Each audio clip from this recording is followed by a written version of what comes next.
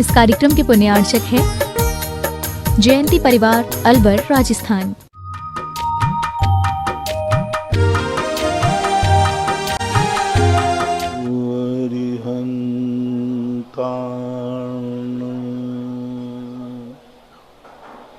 नमो सिद्धार्णं नमो आयर्याणं नमो वज्रायाणं नमो लोये सव्यसाहूर्णं।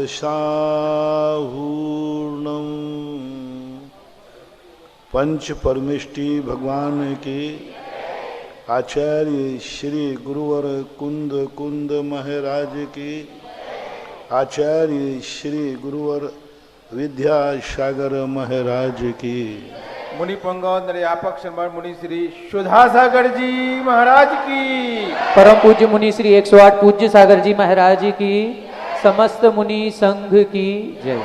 आज की प्रथम जिज्ञासा में अदिति जैन भोपाल गुरुदेव के चरणों में बारंबार नमोस्तु। आपकी जिज्ञासा है, महाराज श्री भोग भूमि से जो मनुष्यों को कल्प वृक्ष से सामान मिलता है वह पुराना हो जाने पर उसका क्या करते हैं?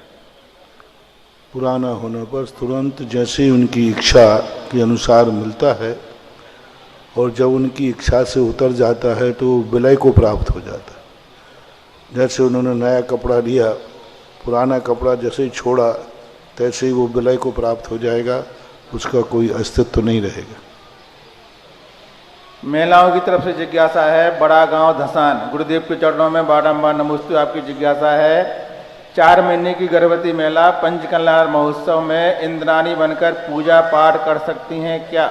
नहीं बन सकती, क्योंकि इंद्राणी और इंद्र तो बन ही नहीं सकते, चाहे भले वो 4 महीने का हो, जितने महीने का हो, क्योंकि इंद्राणी जो होते हैं वो माँ नहीं रहते, माँ के रूप में नहीं रहते हैं, क्योंकि इंद्राणियों के संतान नहीं होती है। इसलिए किसी भी अवस्था में गर्भवती महिला इंद्राणी का सक्लीकरण नहीं किया जा सकता। सक्लीकरण ही नहीं होगा तो इंद्राणी कैसे बनेंगे?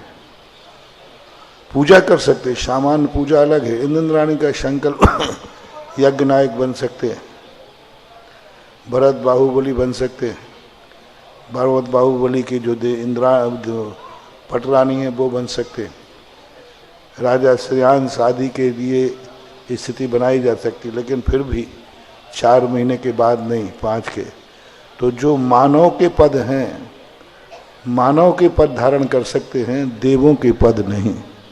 विद्या जैन बड़ा गांव धसान गुरुदेव के चरणों में बारंबार नमोस्तु। आपकी जिज्ञासा है कि पुराणों में उल्लेख मिलता है कि पहले तो आवेश में आकर राजा बहुपाल ने मैना सुंदरी का विवाह श्रीपाल के साथ कर दिया, परंतु बाद में बहुत पश्चाताप किया कि मैंने पुत्री के साथ अन्याय किया है और क्षमा याचना की। तब जिज्ञासा यह है कि क्या राजा चेटक को कभी ऐसा पश्चाताप हुआ कि मेरी धर्मपरायण पुत्री चिल्ला के साथ अन्याय हुआ है? क्यों नहीं हुआ? पश्चाताप तो हर पिता को होता है। कुल और जाति के प्रतिकूल कभी भी कन्या जाएगी तो विकल्प तो आता ही है, लेकिन विकल्प के साथ साथ उस समय की जो परिस्थितियां रही हैं उन परिस्थितियों के ऊपर भी विचार कर लेते हैं। सोनू जैन इंदौर गुरुदेव के चरणों में बारंबार नमोस्तु। आपकी जिज्ञासा है, महाराज जी की दीक्षाएं होती हैं तो लोगों को पिच्छी मिल जाती है, लेकिन गृहस्थों को पिच्छी नहीं मिल पाती है, तो पुरानी पिच्छी लेने का सौभाग्य चाहते हैं। तो पुरानी पिच्छी लेने के कई लोग कई तरह के नियम बताते हैं, वास्तव में इसके नियम क्या होना चाहिए महाराज जी? वास्तव के नियम यही हैं कि पिच्छी ले ही लेना चाहिए। वास्तविक नियम तो यही है, इसके संबंध में कोई विशेष नियम नहीं है। पहले मुनिराजों के पिछी परिवर्तन नहीं होते थे, जंगलों में रहते थे, प्रतिदिन पंख टूटता था, प्रतिदिन वो नया लगा रहते, प्रतिदिन नई पिछी रहती थी उनकी। आज चूंकि हम लोग समाज के बीच में हैं, हर जगह उपलब्ध नहीं है मयूर पंख, इसलिए मयूर पंखों का गट्ठा बांधना पड़ता है। प्रतिदिन बने तो इतनी ज़्यादा रखने की ज़रूरत नहीं है, थोड़े ही से काम चल जाएगा, लेकिन अब तो साल भर चलाना है ना, तो वैसा बांधना पड़ता है। तो ये पुरानी पिछी का एक दस्तूर चला है। कई स्थानों पर बोलियां भी लगती हैं, पर पूज्यवर ज्ञान सागर महाराज ने, आचार्य गुरुदेव विद्यासागर महाराज ने इसके लिए एक संयम का रूप कहा कि जो पिछी साल भर संयम के साथ रही है, उसका एकदम परित्याग न करके जो लेवे वो पूर्ण ब्रह्मचर्य व्रत लेवे। तो ब्रह्मचर्य व्रत लेकर के ही जो पूर्ण ब्रह्मचर्य व्रत ले लेते हैं उनको फिर पिछी दे देते हैं पुरानी। यही अभी तक नियम तो हमारे यहाँ यही चलता रहा। अभी तक तो ऐसा नहीं हुआ कि कभी नहीं मिला हो। अभी पंचम काल है, मिल जाएंगे, बल्कि एक चाहिए पड़ता है और नाम अनेक हो जाते हैं, बहुत के आते हैं। यहाँ भी बहुत लाइन लगी हुई है, बहुत अच्छे अच्छे लोगों की लाइन लगी है, और सब लोग पिछी के, पुराने पिछी के इच्छुक हैं। पुरानी तो किसी एक को ही मिलेगी, नई पिछी भी हम संयमी के हाथ से लेते हैं, तो नई पिछी 10 लोग भी मिलके देवें तो ले लेंगे, लेकिन पुरानी तो एक कोई जाएगी। और ये 29 जनवरी को इस बार तुम्हारे ललितपुर का पिछी परिवर्तन बड़ी मुश्किल से सेट हुआ है। जय। कब से टल रहा है? दीपावली से टल रहा है। दीपावली का पहला रविवार आया, चलो इसमें निपटा लेते हैं। थोड़ा टला, टलते टलते बिहार भी हो गया। बिहार होते बांसी पंच कल्याणक की बात आई। फिर सतोदय तीर्थ क्षेत्र में तो पूरी कमेटी ने पूरी ताकत लगा दी। फिर देवोदय वाले भी कम नहीं थे। फिर अंत में ललितपुर वालों ने कहा, महाराज जी इतना बढ़िया चतुर्मास हुआ है और अंत में लोग कहेंगे चतुर्मास तो करा लिया और पिछी परिवर्तन, तो हम लोगों की इज्जत का सवाल है, इसलिए यही होना चाहिए। अभी भी सेट होने में बहुत मुश्किल हो रही थी। फिर करते करते 29 तारीख को पूरा दिन पिछी परिवर्तन के लिए रखा गया। 28 तारीख को पंच कल्याणक की ऐतिहासिक घट यात्रा जाएगी। 28 के दोपहर में घट यात्रा का पूरा 2-3 घंटे का जुलूस है, वो बहुत बड़ी तैयारी से कर रहे हैं लोग। और अब जाकर के 29 तारीख को दोपहर में सामायिक के बाद पिछी परिवर्तन उसी पंच कल्याणक के पंडाल में ही होना। जय हो। वो तारीख इसलिए दी कि डबल पंडाल का बच गया, क्योंकि वो पंडाल भी कौन सा बाग देखने गए थे क्या? गिन्नौट बाग। हाँ, उसको भी देखने गए थे एक बार। लेकिन पंच कल्याण के इस पर 29 तारीख को दोपहर में पिछिका परिवर्तन ही, उस दिन पूरा कार्यक्रम पिछी परिवर्तन का कार्यक्रम है। अशोकनगर के नवयुवक मंडल बड़े ठाट बाट के साथ, मनोरंजन के साथ अपना कार्यक्रम करते हैं। ऐसा है महाराज श्री, इस कार्यक्रम में ऐसी क्या विशेषता होती है कि पूरे चतुर्मास में जितनी अद्भुत प्रभावना होती है वो एक तरफ होती है और पिछी परिवर्तन का कार्यक्रम एक तरफ होता है? बहुत बड़ी अनुमोदना है।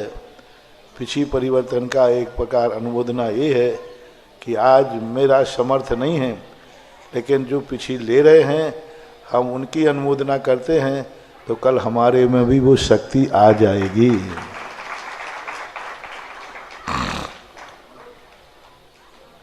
श्रीमती माधुरी जैन, बनगांव, दमोह, मेरे आराध्य गुरुदेव के चरणों में बारंबार नमोस्तु। आपकी जिज्ञासा है महाराज श्री जी, जिन सरस्वती पुराण में पढ़ा है कि पहले के मुनियाद धर्म प्रभावना के लिए विदेश जाते थे, परंतु आज के युग के मुनियाद तो विदेश नहीं जाते हैं, तो आज के मुनियाद जी क्यों नहीं जाते हैं?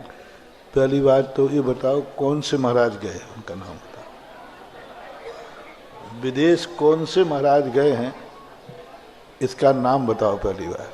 दूसरी बात, वो महाराज जाते थे चतुर्थ काल में जो रिद्धिधारी होते थे, आकाश मार्ग से जाते थे, उनको चर्या नहीं करना। मान लीजिए उनको अमेरिका में प्रवचन देना है, यहाँ ध्यान करेंगे, चुटकी बजाते अमेरिका पहुँच जाएंगे, प्रवचन दे के वहाँ आ जाएंगे और आहार चर्या को फिर अभिनंदन उदय से उठ जाएंगे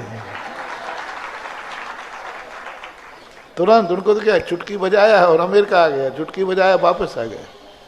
तो रिद्धिधारी मुनिराजों को 2.5 द्वीप में सर्वत्र विचरण है।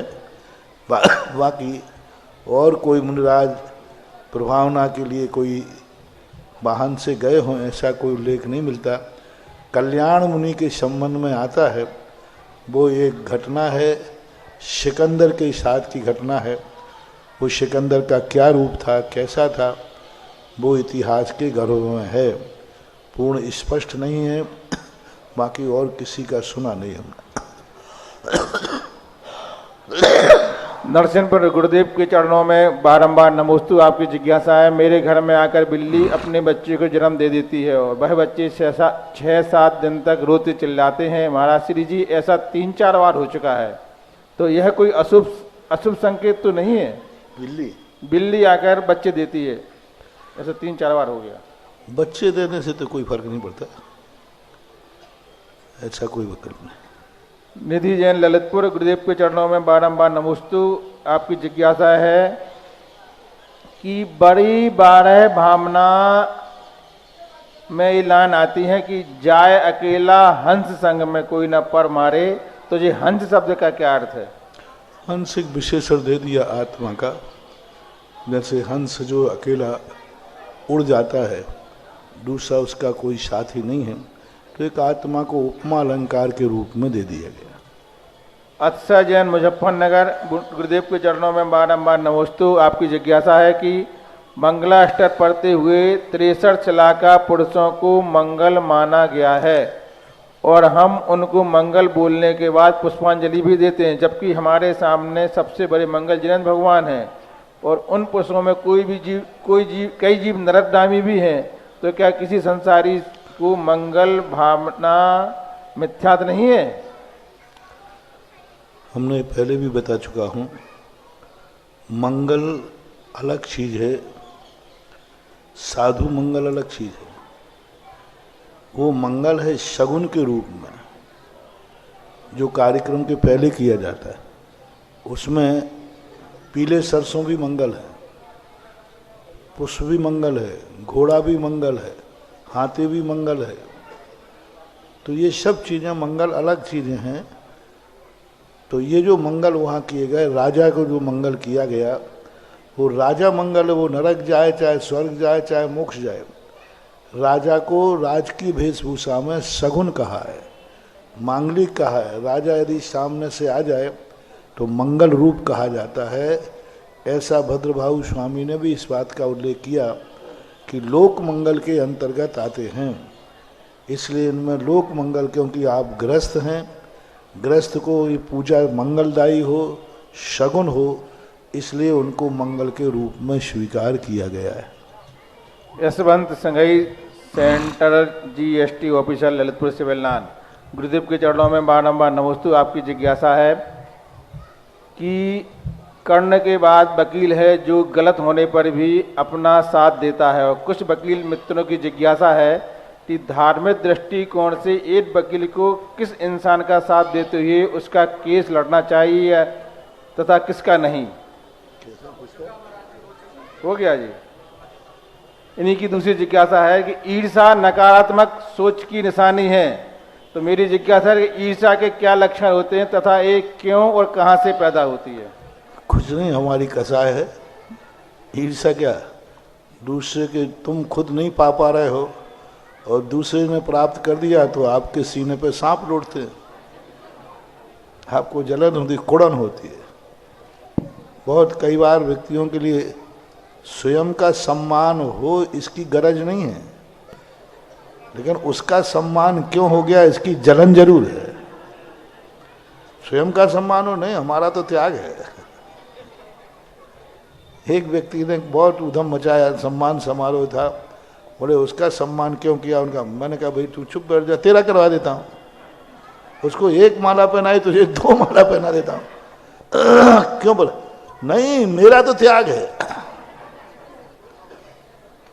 मैं तो त्याग है, मेरा तो सम्मान कर लेने का त्याग है, बस हमारा तो ऐतराज है, इसका क्यों किया गया? मैंने कहा कि इसका कभी कल्याण नहीं हो सकता। तो कुड़न जो है बहुत छोटा स्तर के लोग, पुअर लोग होते हैं, जो दूसरों की देख दूसरों की बढ़ती को कभी न ईर्षा भाव करें। यही तो कर्मबंध कर देते हैं। यही तो कर्मबंध, ऐसे कर्मबंध हो जाते हैं फिर कि कोई तुम्हें देखने वाला भी नहीं मिलता। कोई दूसरा कर रहा है, हमें उसकी बढ़ोतरी नहीं दिखती। कोई कर रहा है, उसका हमें यश नहीं दिखता। कोई कर रहा है, हमें उसकी प्रभावना नहीं दिखती। ये कार्य हो जाएगा तो इसका नाम हो जाएगा, बस यही जलन है हमारे लिए। और ये सबसे ज़्यादा अशुभ कर्मों का बंध होता है, क्योंकि हम दूसरों के आगे बढ़ते को नहीं देख पाना सबसे छोटी बुद्धि वाला, यानी उसका विनाश, उसका अशुभ तो होना ही होना है। राजमल जैन, अरहंत राज, ललितपुर। मेरे जीवनदाता गुरुदेव के चरणों में कोटसा नमोस्तु। हे गुरुवर, जब कोई व्यक्ति निर्दोष होता है, फिर कुछ लोग उसके खिलाफ झूठी अफवाह फैलाता है, यह तक उसके खिलाफ पूज्यों को भी भूमित कर देता है, तो ऐसा उस व्यक्ति के किस पाप के कर्म के कारण होता है, और ऐसे अफवाह फैलाने वाले लोगों को किस पाप का बंध होता है और क्या गति होती है? अफवाह फैलाने वाला का विनाश होना है। जिसकी अफवाह फैला जाए उसको तो कोई फर्क नहीं पड़ने वाला, कोई फर्क नहीं पड़ा, वो तो और निखरेगा। विनाश तो उसका होता है जो अफवाह फैलाता है, जो मजे लेता है। मैंने एक दिन कहा था ना, 2 प्रकार के लोग होते हैं। एक मजे लेता है कि अपन को इसकी कितनी हंसी उड़ाना, अच्छाइयों में कभी उसकी जयकार नहीं बोली, अच्छाइयों में कभी उसका नहीं है देखो इसने बहुत अच्छा कार्य किया। लेकिन यदि उसने कोई बुरा कार्य कर दिया तो फिर देखो वो कौओं जैसे काँव काँव काँव काँव करके, ऐसे लोगों का ऐसा पुण्य क्षय खत्म होता है। वर्षों वर्षों तक भी तुमने धर्म ध्यान करके जो पुण्य का क्षय किया, पुण्य का अर्जन किया है, वो उसी समय क्षय हो जाता है जब हम किसी दूसरे के प्रति विपरीत भाव करते हैं, द्वेष भाव करते हैं। मैंने कहा था दोषवादे च मौन्यम, कभी किसी दोषों के कथन की बात आए तो मौन धारण कर लो, भाई मुझे कुछ पता नहीं है। जब मैं गुणों की प्रशंसा नहीं कर सकता हूँ तो दोषों की निंदा करने का हमें कोई औचित्य नजर नहीं आता। और अफवाह फैलाने में बहुत सारे लोग मजे रहते, और वह जब लौट के आता है, आएगा जरूर लौट के, आएगा जरूर लौट के। मैंने कहा था कि यदि तुमने एक सूकर पर थूक दिया है घृणा से, सूकर को हटाना अलग चीज है और थूकना अलग चीज है। थूक दिया है, बस तैयार हो जाओ, सूकर बनना है और कोई तुम्हें थूकेगा। थूक दिया, घृणा हो गई तुम्हें, और उस समय उसकी स्थिति तद्रूप हो जाती है। जब हम वही चीज जब अपने ऊपर घटित होती है तो हम बचने का प्रयास करते हैं। अपने दोष हम छुप करके करते हैं और दूसरों के दोष हम खिड़की से झांक कर देखते हैं। हमारे दोष किसी को पता नहीं चल जाए, छुपाओ, और दूसरे के खुद और क्या होगा भाई, और तो बता, थोड़ा मजा आ रहा, और बताओ। तो दूसरों के दोषों को, यही मिथ्या दृष्टि का लक्षण है। निज गुण अरु पर अवगुण ढांके, सो निज धर्म दीपावे। छठालाकार में निज गुण अरु पर अवगुण ढांके, अपने गुणों को ढांकता है, दूसरे के अवगुणों को ढांकता है। सो निज धर्म दीपावे, वही सम्यक दृष्टि है। आपका बहुत अच्छा प्रश्न, यदि आप कभी किसी के दोषों को उघाड़ने में रुचि ले रहे हैं, निश्चित समझना मिथ्या दृष्टि हो उस समय। और जब तुम्हारे मन में ये भाव आ जाए कभी कि नहीं दोष है, मैं अपने मुँह से इन दोषों को नहीं कहूँगा, समझ लेना आपका सम्यक दर्शन पुष्ट हो रहा है।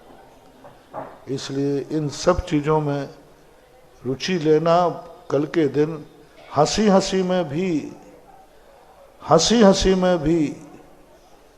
हंसी मजाक में भी यूं करने के कर्मबंध देखे गए, ऐसे कर्मबंध किए गए कि सूली पे चढ़ना पड़ा। ये जितने शास्त्रों में सतियों के महान लोगों के अपवाद हुए ना, जिन्होंने कुछ किया नहीं है, अपवाद हुए ना बड़ी बड़ी सतियों को, इनके पीछे की कहानी देखो इनकी क्या है। इतनी सती है, धर्मात्मा है, फिर भी लोग उन पर उंगली उठा रहे हैं, फिर भी लोग उनकी अफवाह उड़ा रहे हैं। दया आती है, लेकिन जब उनका अतीत देखते हैं कि उन्होंने किस ढंग से दूसरों की अफवाह उड़ाई थी, दूसरों के किस प्रकार दोषारोपण किया था, अब वो दोषारोपण पड़ा, जब तुम यहाँ बिल्कुल धर्मात्मा बन रहे हो, वो कर्मोदय में आएगा और उस समय तुमने कुछ भी नहीं किया है, फिर भी तुम्हारे ऊपर कीचड़ उठाने के लोग प्रयास करेंगे। इसलिए हमारे अपने जीवन को इन सब चीज़ों से बचाओ अपने आप को, नहीं तो पाहप व्यक्ति हंसते हंसते करता है और रोते रोते, अभी तो हंसते हंसते करोगे और कल उदय में आएगा तो कल रोते रोते भोगना पड़ता है। आकाश जैन गुफा वाले बाबू ललितपुर, गुरुदेव के चरणों में बारंबार नमोस्तु। आपकी जिज्ञासा है, आजकल के आधुनिक समय में महिलाओं ने मांग भरना बंद कर दिया, चूड़ी पहनना बंद कर दिया, बोल दिया एक बार बोल दिया, देखने में विधवा या कुंवारी जैसी लगती हैं, तो उनका क्या स्थिति बनेगी? तो जो है सो भी तो है ही। अब देखो, हमें कोई इन सब चीजों का शास्त्रों में कोई प्रमाण नहीं मिल रहा है, इसलिए जिस चीज का शास्त्र में प्रमाण नहीं होता उस संबंध में मैं ज्यादा टिप्पणी नहीं करता। मिले ही नहीं, 16 श्रृंगार मिले हैं, श्रृंगार मिले, लेकिन उसमें ये चीज़ों का संबंध में कोई उल्लेख हमें नहीं मिला। अब लोक रूढ़ता है, लोक मूर्ता है, लोक परंपराएं हैं, इसके लिए मैं मना नहीं करता। कई बार तो इतनी बड़ी लंबी चौड़ी मांग भरती हैं कि वहाँ के बाल ही उड़ जाते हैं।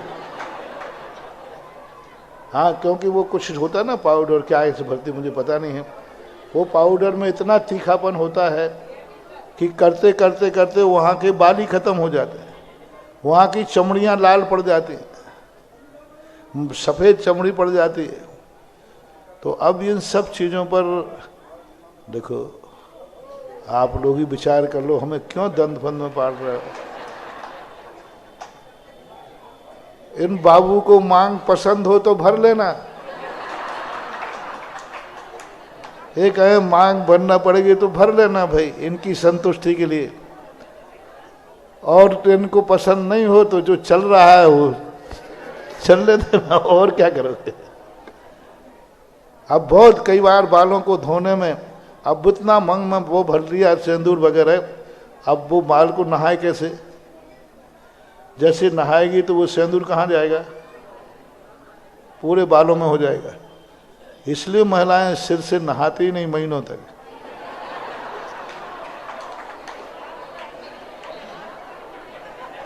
देखो, गड़बड़ मत करो, जो है सो है।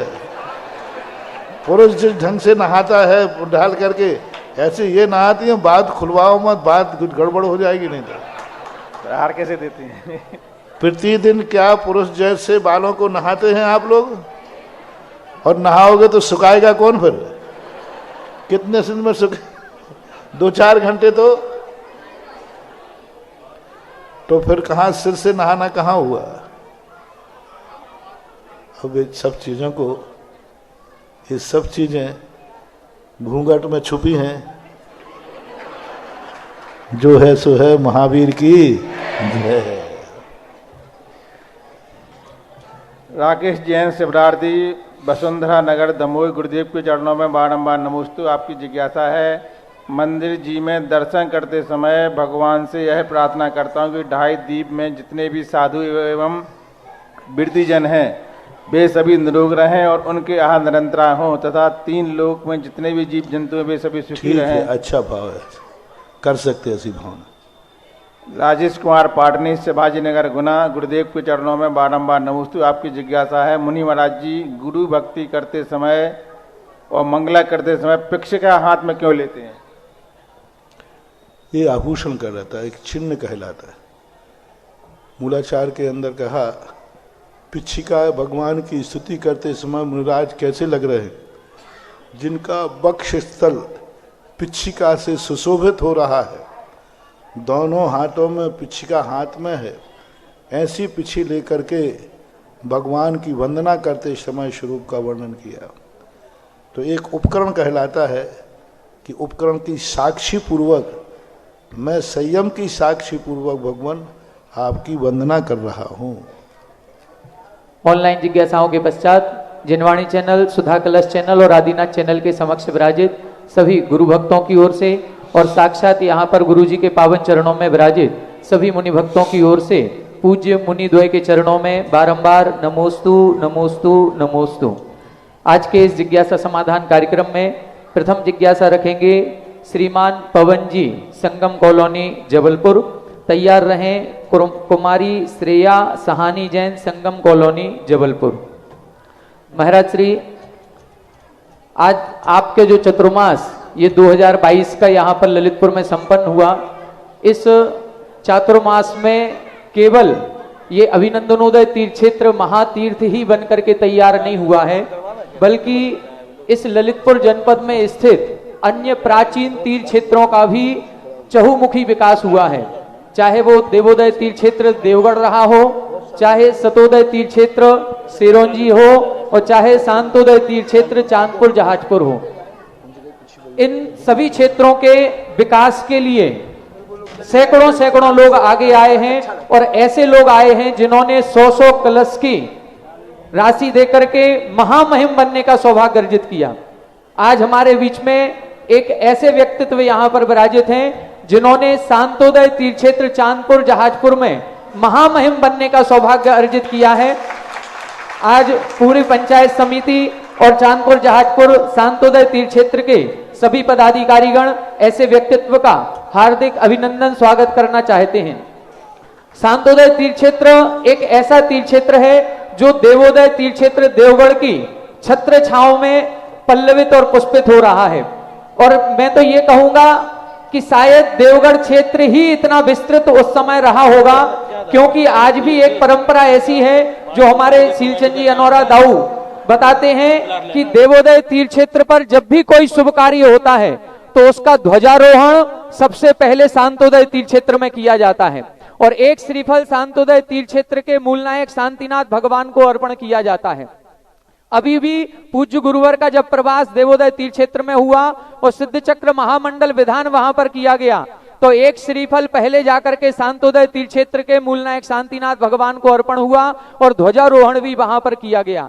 ऐसा अद्भुत शांतोदय तीर्थ क्षेत्र आज विकास के क्रम में आगे आया है और हमारे महामहिम श्रीमान तेज सिंह जी, कंछेदी लाल जी सिंघई पिपरई धौर्रा वालों के पुत्र डॉक्टर श्रीमान महेंद्र कुमार जी सिंघई, श्रीमती रविकांता जी सिंघई, अमित जी सिंघई मुंबई, नितिन जी सिंघई कनाडा, समस्त सिंघई धौर्रा परिवार ने आज महामहिम बनकर के इस क्षेत्र को अद्भुत ऊंचाइयां देने का सौभाग्य अर्जित किया है। और महाराज श्री जब से ये बने हैं 101 अपने जो संरक्षक सदस्य थे वो भी संख्या 101 को पार कर गई है। जो अभी तक हम 85 और 80 पर झूल रहे थे, इनके बनते ही 101 हो गई। माइक चालू करो। शांतोदय तीर्थ क्षेत्र जो है एक बिल्कुल अनाथ हो गया था, लेकिन क्योंकि जब तक कमेटी में महामहिम नहीं हो तो ऐसे ही होता है। देश के राष्ट्रपति के बिना देश हो। अब शांतोदय क्षेत्र को राष्ट्रपति मिल गए तो नियम से अब शुभ संकेत है। वह उजड़ा हुआ क्षेत्र भी बहुत शीघ्र ही एक अच्छा तीर्थ क्षेत्र बनेगा और अच्छा तीर्थ क्षेत्र बनकर के सारे भारत के लिए आकर्षण का और श्रद्धा का केंद्र बनेगा। हर देवगढ़ जाने वाला शांतोदय तीर्थ क्षेत्र से होकर जाएगा और आएगा, क्योंकि वहाँ पर बहुत प्राचीन इतनी बड़ी शांतिनाथ भगवान की मूर्ति विराजमान है, जो पुरातत्व के उसमें है, लेकिन फिर भी एक प्राचीनता तो है ही। यहाँ पर आज भी शांतोदय तीर्थ क्षेत्र के कुछ संरक्षक सदस्य बनने का सौभाग्य अर्जित किया। श्रीमान वीरेंद्र कुमार जी एडवोकेट, संभव सिंह धोर्रा वाले ललितपुर, श्रीमान स्वर्गीय कंछेदी लाल जी, सुरेंद्र कुमार जी सिंघई धोर्रा वाले गाजियाबाद, श्रीमान सुमचंद जी, विशाल जी, सौरभ जी सराफ ललितपुर। जिज्ञासा करेंगे श्रीमान पवन जी जबलपुर। तैयार रहें कुमारी श्रेया सहानी जैन, संगम कॉलोनी जबलपुर। हेलो, माइक चालू कर दो। हमारे बीच में लालू जैन, लालू बस सर्विस जबलपुर से लगभग 150 से अधिक लोग हमारे बीच में पधारे हैं। पूज्य गुरुदेव के अनन्य भक्त हैं और पूरे बिहार में लालू भाई का बड़ा सहयोग रहता है। 2 बस लेकर के यहाँ आए हैं, आए और सभी गुरुवर के चरणों में लालू जी आगे आ जाएं, वहीं से बाकी लोग हाथ जोड़ के गुरुवर के चरणों में नमोस्तु निवेदित कर दें। नमोस्तु महाराज, नमस्ते। परम पूज्य मुनि पुंगव 108 सुधा सागर जी महाराज के चरणों में बारंबार नमस्कार। परम पूज्य सागर जी महाराज के चरणों में बारंबार नमस्कार। महाराज जी, हम सबकी जिज्ञासा ये है कि जो व्यक्ति साधुओं के सामने दान की राशि घोषणा करता है मंदिर जी के लिए या किसी अन्य उस चीज़ के लिए, उसके बाद ये होता है कि ये हमसे ज़बरदस्ती बोला गया और जो विषय था कि ये प्लाट नहीं, वो प्लाट के लिए हमने पैसे दिए थे। तो महाराज जी, हम लोग ये जानना चाहते हैं कि कमेटी को इस विषय में क्या करना चाहिए। समझ गया। बहाना बनाने वालों को 1000 बहाने। आज वो भगवान के लिए बहाना बना रहे हैं। संगम कॉलोनी की बात है, किसी से कोई भी वहाँ पर जबरदस्ती की ही नहीं जाती, न की गई। एक कहना तो तुम तो व्यवहार में भी तुम हाँ रोटी कहते हो कि अब रोटी नहीं चाहिए, तो भी तुम्हें कोई अच्छा रिश्तेदार होगा तो पहली बार में मान जाता है कि 2-3 बार कहता है एक तो और ले लो। बोलो, हैं? अच्छा क्या है? तुमने कहा नहीं साहब अब हो गया, तो फिर पढ़ो ना, अच्छा ठीक है भाई, हो गया तो ठीक है। तो वो अच्छा है कि तुम मना कर रहे हो, फिर भी वो कहता है साहब एक रोटी तो और लेना पड़ेगी, वो अच्छा। दोनों में अच्छा क्या है? हाँ, बस यहाँ भी यही व्यवहार है। तुमने बोली ली, दूसरा कहता है नहीं साहब लाख रुपया तो और बढ़ाओ, ये बहुत बड़ा प्यार है। ये जबरदस्ती नहीं कहलाती, ये प्यार कहलाता है कमेटियों का, आपके आपसी वालों का। नहीं साहब एक रोटी तो और खाओ, ऐसे कहता नहीं साहब थोड़ा एक बोली तो और बढ़ाओ, ये प्यार कहलाता है। इसको सगुन मानना चाहिए, शुभ मानना चाहिए कि कमेटी मुझे इसके योग्य समझती है कि मैं बढ़ाने लायक हूं। जब भी कमेटी वाले तुम्हारी तरफ देखें, मैंने एक बार कहा था कि 1-2 व्यक्ति हैं कमेटी वाले जहां पर बैठे और कहा पानड़ी इकट्ठी करना है, दान इकट्ठा करना है। किसी ने कहा कि कहाँ से शुरू करें, तो किसी ने कहा उसके यहाँ से करते, उसने बहुत दिन से दान नहीं दिया है। तो कमेटी कहती है क्यों बेइज्जती कराते हो, वहाँ दान तो मिलना नहीं, 2 और सुनना पड़ेगा। बस समझ लेना, इससे बड़ा अभिशाप दुनिया में कोई नहीं हो सकता। पंचायत की जाजम पर तुम्हारे लिए घोषित कर दिया वहां मत जाओ, वहां से कुछ मिलने वाला नहीं है। यही तुम्हारे लिए सबसे बड़ा अभिशाप है। नियम से तुम इस लायक हो गए और कमेटी ने कहा नहीं वहां से शुरू करो। आज तक कभी अपन वहां से खाली हाथ अवभाग्य मानता है, चाय दूध भी पिलाता है और श्रद्धा से कुछ देता भी है। जाओ, तुम्हारे लिए वरदान सिद्ध हो गया। आज भली तुम समर्थ नहीं हो, कल तुम मांडलिक महामांडलिक को चक्रवर्ती पद को प्राप्त करो। क्योंकि समाज ने सगुन उठते समय कहा कहाँ से शुरू करें, जहां से बोनी शुभ अच्छा हो। तो पंचायत की जाजम पर कभी तुमसे कोई कहे तो अवभाग्य मानना, मेरा कितना सगुन है, कमेटी वाले मुझे इसके योग्य समझ रहे हैं, मेरे भाग्य तो देखो। अवभाग्य मानना चाहिए जब कोई कहता है तो उसको उसमें ना लेकर के, बस बहुत अच्छा उदाहरण दिया। पेट भरने के बाद परोसने वाली, और उसमें भी समदन और हो। राजस्थान में बयान जी बोलते, बयान जी, और वो एक आध पूरी जबरदस्ती खिलाए तो मना कर देते हो, खा लेते हो।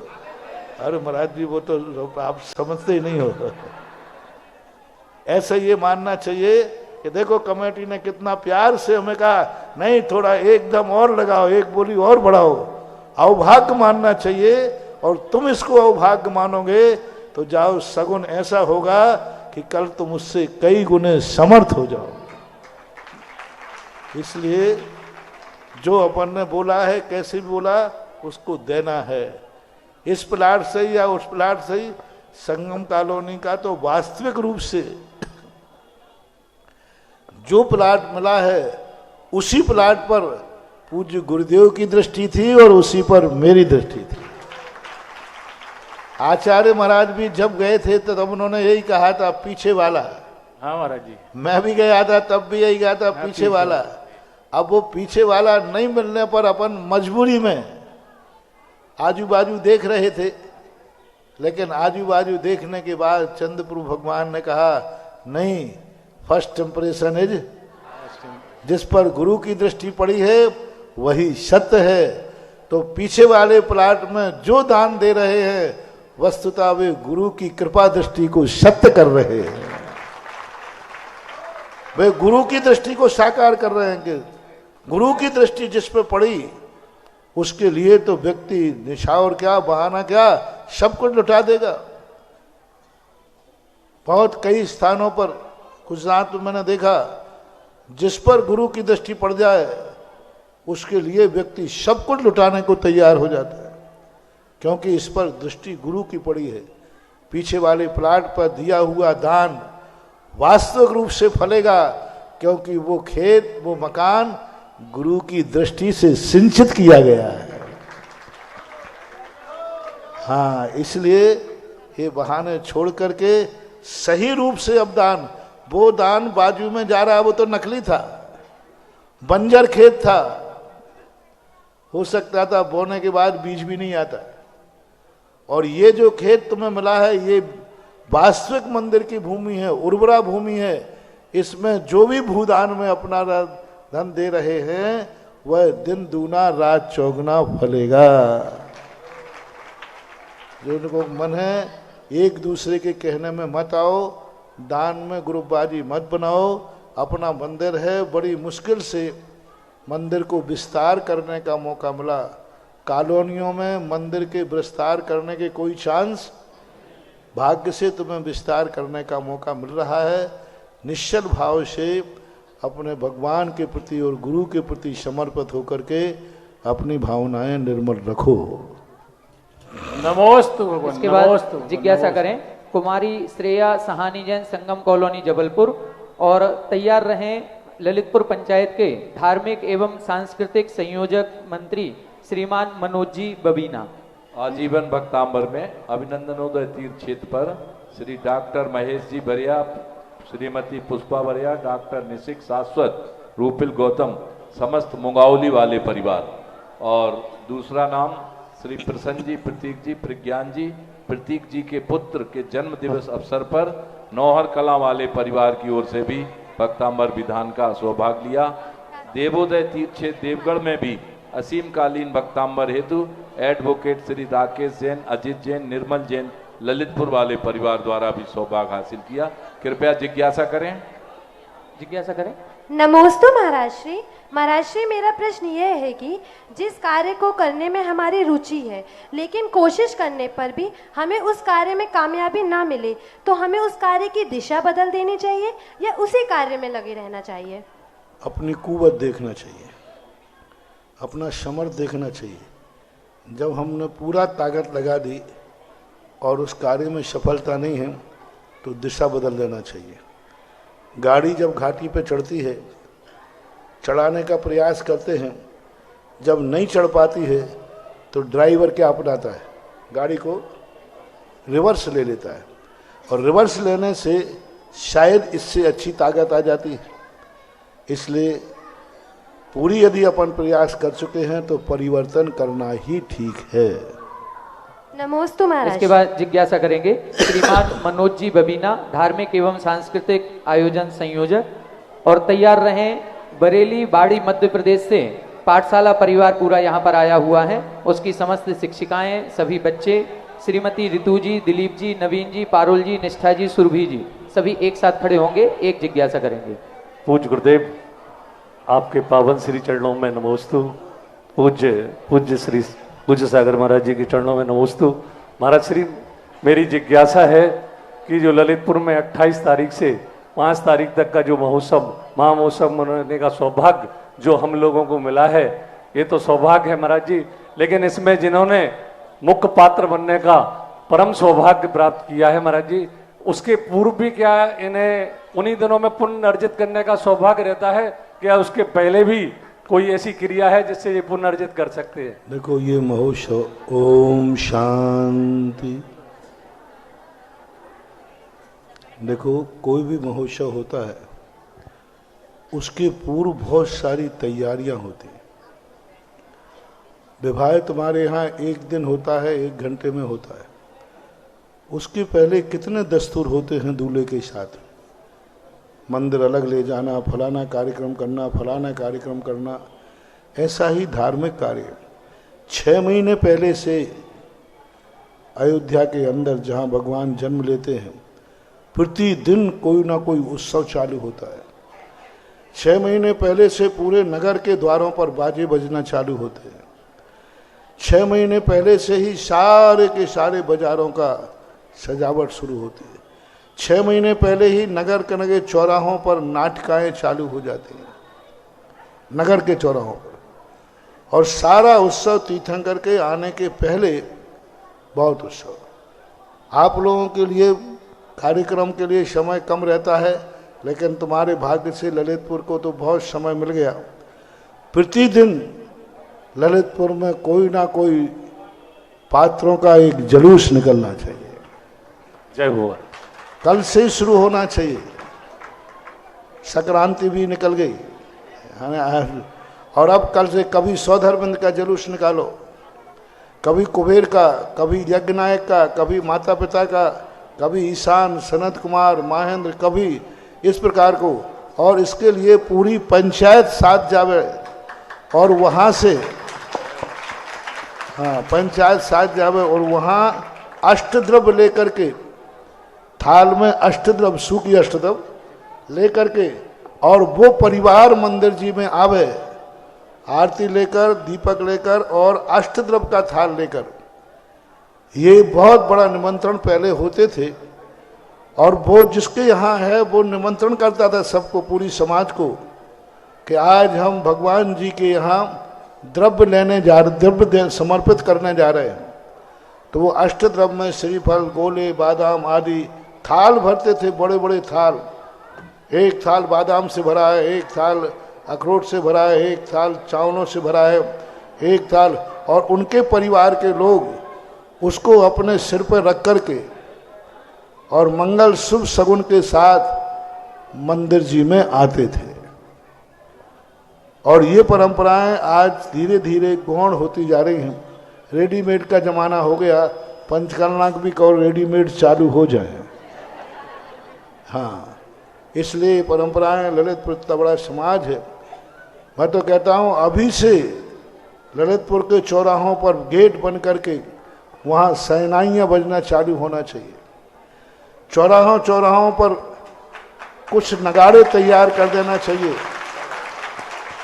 कुछ नगाड़े तैयार कर देना चाहिए, जो चौराहों पर अपने 10 मिनट, आध घंटे, 1 घंटे का वो अपने आप वादन करें, अपने आप वादन करें। जैसे कभी और भी महोत्सव में बैठते हैं ना, तो ढोल वाले आकर के बजाते हैं। हर चौराहे के ऊपर अभी से आध घंटे के अंदर वाद्य वादन होना चाहिए, शहनाई वादन होना चाहिए। यानी इसका इतना बड़ा उत्सव हो, मैं कहने कहा ना कि पूरा ललितपुर ऐसा हो जाए कि पूरे ललितपुर ही अयोध्या रूप धारण कर रही है। जय हो। और बड़े ठाट बाट के साथ उनका जुलूस लाइए, हाथी, घोड़ा, बग्गी, जो भी तुम्हारे पास होता है। और बबीना जी, तुम तो जुलूस समारोह के शायद जय हो संयोजक भी हैं। ये करो, कोई ज्यादा समय नहीं रह गया। 15 तारीख हो गई कल, आज 14 है। 14 बस 10 दिन 12 दिन बाद तो कार्यक्रम प्रारंभ हो जाए। हाँ, और 8वां दिन सबके लिए ऐसा एक उत्सव जो मैंने पहले भी बताया था, हर व्यक्ति के लिए हर घर में कोई ना कोई शुभ शगुन करना है। उसका मकान कहीं भी हो, हर मकान वाले को अपना मकान सजाना है, चाहे भली उसका वो मकान खपना पुल के फ्लैट में भली क्यों ना हो। वो बनी है ना, वो बिल्डिंग बनी है एक सरकार के द्वारा, उसमें भी बताते 1-2 जैनी हैं, वो खपना पुल के पास है उधर को, वहां भी उस बिल्डिंग में भी 1-2 जैनी हैं। भली वो गरीब हैं, सरकार के मकान में रह रहे हैं, लेकिन उस मकान में भी वो अपने बंगले में भी उसमें जो फ्लैट है उसको सजावें, और उस सजावट का परिणाम ये निकलेगा कि एक दिन अभी खपना पुल में है और इस पंचकर्मा का वो वरदान मिलेगा कि वो यहाँ पर आकर के मकान लेकर के रहने लग जाएंगे, जो आज वहाँ रहना पड़ रहा है। करो तो सही तुम भगवान का साथ, झोपड़ी है तो झोपड़ी में करो, किसी भी कोने में आप रह रहे हो, हर मकान वाले को कम से कम 28 तारीख से 5 तारीख तक अपने मकान को पूरा सजाना है। चाहे लाइट से सजाओ, चाहे फुलवारी से, झंडियों से चलाओ, लेकिन एक सगुन करना है प्रत्येक व्यक्ति के लिए। ऐसा करने से पंचकल्याणक का जो लाभ है वो घर घर में पहुंचेगा, इसकी सुख समृद्धि का सगुन घर घर में पहुंचेगा। ऐसा करना चाहिए। और जुलूसों के तो आप बैठ करके करें प्रतिदिन। और पात्र लोगों से मेरा कहना है, आप अपनी अष्टद्रव्य शक्ति प्रमाण, ऐसे नहीं कि मुट्ठी में लेके आ जाओ सुदामा के चाउन, 8 द्रव्य जितने बड़े बड़े थाल हों, उन थालों में भर करके बढ़िया बग्गी में सजा करके, कोई ठेला गाड़ी में सजा करके अष्टद्रव्य मंदिर के लिए लाने की बात कही जाती है। तो ये सबको करना चाहिए और पूरी पंचायत को वहाँ पहुँचना चाहिए। निमंत्रण करेगा वो जिसके पात्र है। मान लो 100 धर्मेंद्र है तो 100 धर्मेंद्र एक दिन निमंत्रण करेगा, कल हम भगवान जी की द्रव्य लेकर आ रहे हैं, सारी समाज हमारे यहाँ पधारे। और समाज जब पधारेगी, वो आप समझ गए होंगे, कुछ ना कुछ वहाँ तुम अपना रख देना तो वो आ जाएंगे। ऐसा कार्य करें। महाराज जी शाम को 7 बजे का रख सकते, शाम को 7 बजे के बाद सूखी द्रव्य पानी आ जाएगी, नहीं कोई आपत्ति, रात में लाने में कोई बाधा नहीं है। 7 बजे 8 बजे इस समय का आप रखो जिससे सब फ्री होकर के और एक साथ आ जाएं। ऐसा महाराज जी आज प्रथम जो है हमारे सम्माननीय श्रेष्ठी दानवीर Shri Somchand Sanjeev Kumar, Rajeev Kumar, lucky book depot परिवार से कल द्रव्य आएगी। कल शाम को 7 बजे। ठीक, जिज्ञासा की बात ऐसे लेके मत आना, ठाट बाट वो ठाट बाट गाजे बाजे के साथ, वो हंडा मंडा रखते हो ना, क्या रखते हो, कलश, जैसे महाराज श्री हम लोगों की बारात निकलती है, बस अब सीधी कर दी, सीधी कर दी, वैसे ही पूरी प्रभावना के साथ ये सारा कार्यक्रम संपन्न होगा। और जो 28 तारीख से हम लोगों का पंचकल्याणक महामहोत्सव प्रारंभ होना है, वो 28 से तो जो होगा वो होगा ही होगा। कल से ही इस प्रोग्राम की महामहोत्सव की शुरुआत यहाँ से होगी। और प्रथम पुण्यार्जन जो इन्होंने किया है, श्रीमान सोमचंद जी, संजीव जी, राजीव जी, लकी बुक डिपो परिवार, सानत कुमार और महेंद्र बनने का सौभाग्य अर्जन हुआ है और इनके घर से पूरे वैभव के साथ, पूरी प्रभावना के साथ, पूरी पंचायत भी साथ में होगी और पूरी दिगंबर जैन समाज ललितपुर भी साथ होगी, पूरा परिवार साथ होकर के आपके अटा मंदिर के पास से, घर से लेकर के अभिनंदनोदय तीर्थ क्षेत्र पर हम सभी मिलकर के आएंगे। रास्ते में गुरुदेव अपना गरीब खाना है तो स्वागत तो बारात का कर ही सकते हैं। हाँ करो, बढ़िया। जितने अब सुनो, अब जब गरीब खाना कह दिया है तो जितनी बारातें निकलेंगी सभी का करना है जी महाराज। अब जब निकाल दरवाजे निकल रहे तो जितने पात्र आएंगे अध्यक्ष दरवाजे कोई ना कोई टेंट लगा मिलेगा और उसमें कुछ ना कुछ मिलेगा। जी महाराज। और महानुभाव 28 तारीख को यहाँ से सबसे पहला कार्यक्रम घट यात्रा का होगा। रास्ते में आने वाले लोगों को, जो रास्ते में तुम्हारे घर पड़ते हैं, वे उनको तिलक माला आदि पहना सकते हैं। साक्षात सौधर्म इंद्र आ रहा है, साक्षात माता पिता आ रहे हैं, यज्ञ नायक आ रहा है, महायज्ञ नायक आ रहा है। तो इन इंद्रों के साथ आप लोग रास्ते में पड़ते हुए तिलक माला और श्रीफल भेंट कर सकते हैं।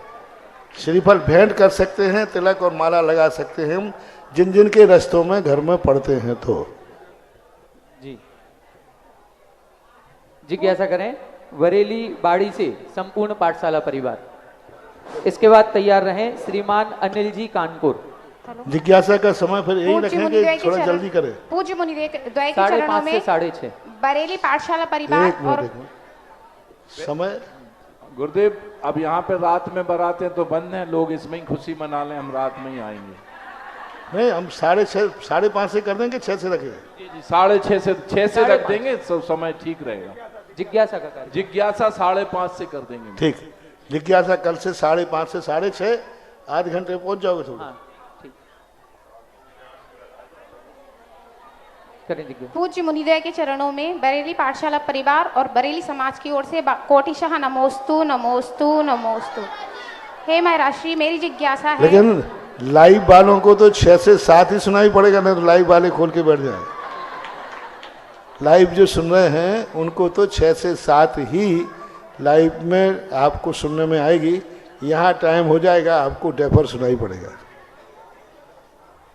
हे महाराष्ट्री, मेरी जिज्ञासा है कि वर्तमान समय में आज पाठशालाओं की ओर या धर्मी की ओर बच्चों की रुचि का अभाव देखा जा रहा है, तो इसमें हम बच्चों के माता पिता और हम शिक्षक अपनी क्या भूमिका निभा सकते हैं? कृपया समाधान दें। बच्चों के साथ जो लोक व्यवहार में भूमिका निभाते हो वही धर्म व्यवहार में करना। जैसे एक बच्चे को पढ़ाने के लिए आप लौकिक शिक्षा देने के लिए जितनी मेहनत करते हैं, उनको सुबह जल्दी उठते हैं, उनको उठाते हैं, तैयार करते हैं, चिंता से करते हैं और उनको स्कूल भेजते हैं, ऐसे ही उतनी ही चिंता के साथ बच्चों को पाठशाला के लिए यदि हम भेजते हैं, धर्म की क्रियाओं को संस्कारित करते हैं, तो उधर लौकिक जीवन भी संभलेगा और लौकिक जीवन भी संस्कारों से संस्कारित हो जाएगा। ऐसा करना चाहिए। जिज्ञासा करेंगे श्रीमान अनिल जी कानपुर। तैयार रहें श्रीमती सुनीता जी, संगम कॉलोनी जबलपुर। पूरा महिला मंडल एक साथ खड़ा हो जाएगा। निरापक मुनि श्री सुधा सागर जी महाराज, पूज्य सागर जी महाराज चरणों में बारंबार नमोस्तु नमोस्तु नमोस्तु। महाराज से मेरी जिज्ञासा है कि मेन मंदिर का द्वार जो अगर कुछ ऊंचा नीचा बन जाए, मेन मंदिर का द्वार ऊंचा नीचा हो जाए और जहाँ भगवान बैठे उस वेदी में थोड़ा सा भी ऊंचा नीचा हो जाए, तो उसका क्या प्रभाव पड़ता है समाज के ऊपर में? और दूसरा, अगर किसी व्यक्ति की उंगली 6 है या ज़्यादा है तो उसका भी कोई प्रभाव पड़ता है क्या इंसान पर? क्या है ज़्यादा? उंगली 6 है 5 की जगह। नहीं, उससे कोई प्रभाव नहीं पड़ता। चाहे 6 हों चाहे 4 हों, कोई इससे कोई अंतर नहीं पड़ता। वह सामान को उठा रख रहा है अपने आप बिना सहारे के, तो उसके लिए कोई बाधा नहीं है। और द्वार के संबंध में हमारे यहाँ निश्चित दृष्टि कही गई, ना ऊंचा रहना चाहिए ना होना। द्वार के 8 भाग होते हैं, जिसमें वीतराग भगवान की दृष्टि गज भाग में होना चाहिए, इसलिए वह नाप निश्चित है। नीचा ऊंचा करने पर प्रभाव उसके पड़ते हैं, दुष्प्रभाव होते हैं, इसलिए जो दृष्टि कही गई है वैसा ही होना चाहिए। और वेदी का भी महाराज जी, वेदी में भी अगर पीछे का वेदी का भी हिस्सा कर्व हो गया, थोड़ा छोटा हो गया। अब वो कैसा है, क्या है, परिस्थिति देखना पड़ेगी वेदी के संबंध में। ठीक, नमोस्तु महाराज जी, नमोस्तु। जिज्ञासा करें श्रीमती सुनीता जी, संपूर्ण महिला मंडल जबलपुर, शायद जबलपुर वाले चले गए हैं। कुमारी अन्वेषा जी गड़ाकोटा उपस्थित हैं, हाँ शीघ्रता से जिज्ञासा करें। और इसके बाद तैयार रहें श्रीमान संतोष जी, शिक्षक दमोह। महर्षि के चरणों में नमोस्तु नमोस्तु नमोस्तु। महर्षि मेरा प्रश्न यह है कि कोई वस्तु पड़ी है और हम उसे उठा लेते हैं, तो हमें पता नहीं है कि वो वस्तु किसकी है, तो हमें चोरी का पाप पड़ेगा या नहीं? कोई वस्तु पड़ी है लेकिन हमको पता नहीं किसकी है और हम उसको उठा लेते हैं, तो क्या चोरी का दोष लगेगा? बराबर लगेगा। यदि उठा करके हम ऐसे स्थान पर भेज देते जहाँ से वो प्राप्त कर सके, जैसे पुलिस थाने में भेज दिया या मंदिर के कार्यालय में भेज दिया या मालूम चलने पर जिसके पास भेज दिया, तो ठीक है, स्वयं के उपयोग में नहीं लेगा वो। तो हमें पता ही नहीं है कि वो किसी की है, किसकी है। तो जिसकी कुछ नहीं है उसको जगन्नाथ की है तो वो मंदिर में नमोस्तु महर्षि। जिज्ञासा करेंगे श्रीमान संतोष जी, शिक्षक दमोह, 12 वर्षीय पाठ्यक्रम के स्थानीय संयोजक भी हैं। जिज्ञासा करें। पूज्य निर्यापक मुनि श्री सुधा सागर जी मुनिराज के चरणों में त्रैवान नमोस्तु नमोस्तु नमोस्तु। महाराज जी, मेरी जिज्ञासा है कि पूज्य आचार्य ज्ञान सागर जी महाराज ने लिखा है कि ज्ञान भार स्वरूप है, क्रिया बिना। कृपया इसको ज्ञान भार स्वरूप है, क्रिया के बिना। हाँ, ज्ञान भार स्वरूप है, क्रिया जैसा ज्ञान तो बहुत है लेकिन चारित्र नहीं है, तदनुरूपी क्रिया नहीं है, तो वो ज्ञान क्या है? भारी तो है, सिर की खुजली है और दुनिया भर की बातें जानता है और आचरण कुछ है नहीं। इसलिए ज्ञान वही है। पूज्यवर कुंदकुंद स्वामी ने भी कहा है, नानस्य फलम उपेक्षा, ज्ञान का फल उपेक्षा है। यदि ज्ञान करने के बाद भी हमें संयम का भाव नहीं हुआ तो वो ज्ञान भार ही मानना चाहिए। जिज्ञासा करें श्रीमती रक्षा जी प्राणपुर, तैयार रहें श्रीमान मनोज जी खनिया धाना। है क्या उपस्थित है? महानुभाव, 28 तारीख को घट यात्रा का मांगलिक कार्यक्रम यहां से होगा। जब अभिनंदनोदय तीर्थ क्षेत्र से दोपहर में यहां से घट यात्रा प्रारंभ होकर के और जो अयोध्या नगरी की रचना हुई है गल्ला मंडी प्रांगण स्थल पर, वहां तक जाएगी। देव हमारे साथ सत्संग यहां पर चलेंगे और 29 तारीख को जो चातुर्मास है, उस चातुर्मास का सर्वाधिक भव्य कार्यक्रम जो पिछिका परिवर्तन का कार्यक्रम है, वह कार्यक्रम भी वहीं नवीन गल्ला मंडी जो पंच कल्याणक स्थल है उस स्थल पर संपन्न होगा। 29 तारीख को दोपहर में 1 बजे से बहुत ही भव्य कार्यक्रम होता है और आपने देखा होगा अशोकनगर वालों की पूरी टीम साथ में आती है। पूज्य गुरुवर का 2012 का हमने देखा है और भी कई बार उन जो पिछी परिवर्तन का कार्यक्रम है। पिछली बार अशोकनगर की जब टीम आई थी तो पिछिका को बुलडोजर पर लेकर के आई थी।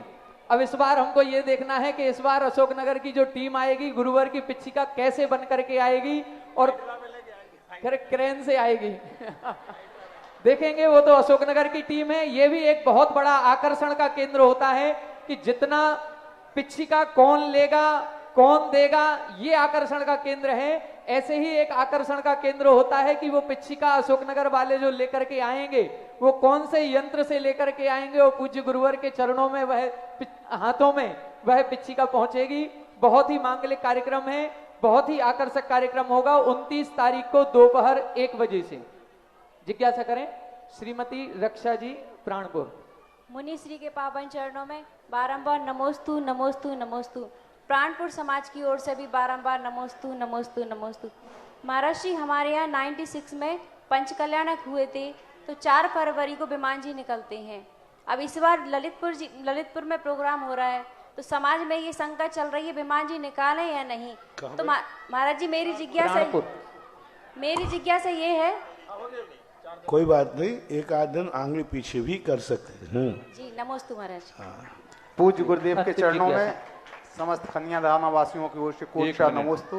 शांतोदय तीर्थ क्षेत्र के जो सदस्य बने हैं वो बहुत ध्यान से सुन लें। उन सभी का एक कमेटी का गठन होना है। तो पूज्य गुरुदेव के पावन सानिध्य में 19 तारीख 18 तारीख को, फिर से सुन लें, 18 तारीख को दोपहर 2 बजे से कमेटी का गठन होगा। सभी सदस्यों की उपस्थिति अनिवार्य है। कृपया जिज्ञासा करें। महाराज जी, मेरी जिज्ञासा ये है, एक समय में यदि हमारे एक समय है उसी में हमें सट आवश्यक का कार्य है और दूसरी तरफ समाज के कुछ दायित्व हैं, एक ही समय में कैसे करें उनको, कृपया जिज्ञासा का समाधान करें। पद को लेकर के कार्य किए जाते हैं। यदि पद पर आप हैं और आपके बिना कार्य नहीं हो रहा है तो करने की अपेक्षा पदाधिकारियों को करवाने पर ध्यान देना जरूरी है। जो कार्यकर्ता होते हैं वे भली ना कर पाए, लेकिन करवाने में पूरी मदद करते हैं तो आपका हो जाता है। और फिर भी छोटे संक्षेप रूप में भी षड आवश्यक कर लेते हैं। जैसे मान लीजिए पदाधिकारी हैं और समाज के कार्यों में जाना है तो एक अर्घ चढ़ा के चले जाएंगे, अभिषेक करके चले जाएंगे। फिर भी पद पर जो हैं तो वह पद का कार्य ज़्यादा महत्वपूर्ण होता है। नमोस्तु गुरुदेव। जिन्होंने अपनी राशि जमा नहीं कराई है, सदस्य संरक्षक सदस्य शांतोदय, वो अपनी राशि शीघ्र जमा करा दें। इसके बाद ही उन्हें संरक्षक सदस्य का दर्जा प्राप्त होगा। प्रथम किस्त जरूर जमा करा दें। वो कौन सौभाग्यशाली होगा जो आज पूज्य गुरुदेव की पावन आरती करने का सौभाग्य हासिल करेगा। प्रथम आरती का पुण्यार्जन आज नवदा भक्ति के साथ पूज्य गुरुदेव के पावन आहार दान देने का सौभाग्य हमारे पंचायत समिति की वरिष्ठ उपाध्यक्षा श्रीमती मीना एमलिया और उनके परिवारजन को हासिल हुआ है। प्रथम सौभाग्य उन्होंने भी आज आरती का यहाँ लिया है।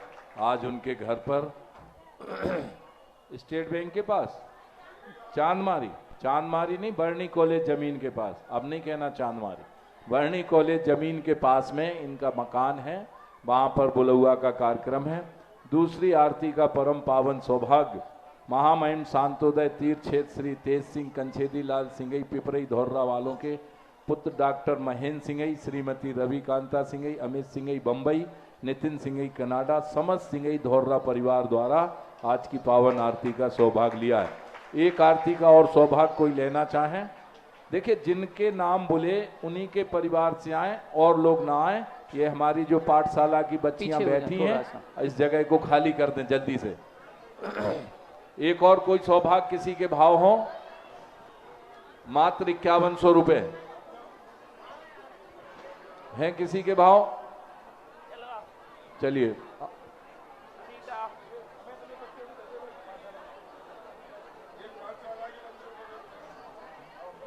चलो, हमारे जो बाली बरेली से जो पाठशाला के परिवारी हमारे परिवारजन आए हैं, बच्चे आए हैं, एक आरती वो लोग करेंगे। आरती प्ले कर दो। एक मिनट देखें, कल से जो धर्म प्रभावना का अद्भुत कार्यक्रम प्रारंभ होगा। कल शाम को ठीक 7 बजे लकी बुक डिपो परिवार के यहाँ से एक शोभा यात्रा जुलूस वहां से घर से उठेगा, जो अष्टद्रव्य लेकर के आएंगे और अभिनंदनोदय तीर्थ क्षेत्र पर आएंगे।